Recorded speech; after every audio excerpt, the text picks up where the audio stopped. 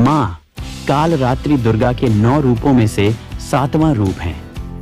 माँ का यह स्वरूप अत्यंत भयावह और शक्तिशाली माना जाता है, लेकिन वह अपने भक्तों के लिए हमेशा शुभ और मंगलकारी होती हैं। उन्हें काल का नाश करने वाली और सभी बुराइयों से रक्षा करने वाली देवी कहा जाता है।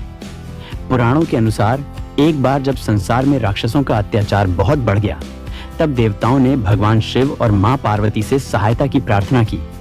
उन राक्षसों में प्रमुख राक्षस शुंभ और निशुंभ थे, जो अपने बल और छल से पूरे संसार को आतंकित कर रहे थे। देवताओं को हराकर उन्होंने स्वर्ग लोक तक पर कब्जा कर लिया था। मां दुर्गा ने अपनी विभिन्न शक्तियों के साथ राक्षसों का नाश करना प्रारंभ किया।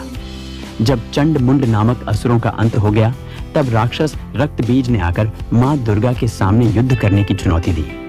रक्तबीज के पास एक अद्वितीय शक्ति थी। जब भी उसका रक्त धरती पर गिरता, उसके हर रक्त के बूंद से नया रक्तबीज पैदा हो जाता। इस कारण रक्तबीज का अंत करना लगभग असंभव था। मां दुर्गा ने अपनी काल रात्रि शक्ति का आह्वान किया। मां काल रात्रि का स्वरूप अत्यंत भयंकर था। उनका रूप काला था। उनके लंबे बिखरे हुए बाल थे। उनके 3 नेत्र थे और उनका मुख से अग्नि निकल रही थी। वह सवार थी एक गधे पर और उनके हाथ में तलवार और लोहे का कांटा था। जैसे ही युद्ध शुरू हुआ, मां काल रात्रि ने रक्त बीज पर आक्रमण किया। हर बार जब भी वह रक्त बीज को मारती और उसका रक्त धरती पर गिरने लगता, मां काल रात्रि ने उसे अपने मुख में समाहित कर लिया, जिससे रक्त से नया रक्त बीज पैदा न हो सके। इस प्रकार मां ने एक एक करके सभी रक्त बीजों का अंत कर दिया और देवताओं को पुनः स्वर्ग लोक का अधिकार दिलाया।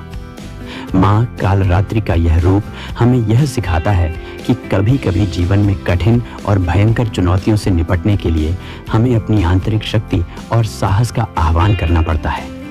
मां काल रात्रि बुराई का अंत करती हैं और अपने भक्तों की हर विपत्ति से रक्षा करती हैं। उनका भयावह रूप केवल दुष्टों के लिए होता है।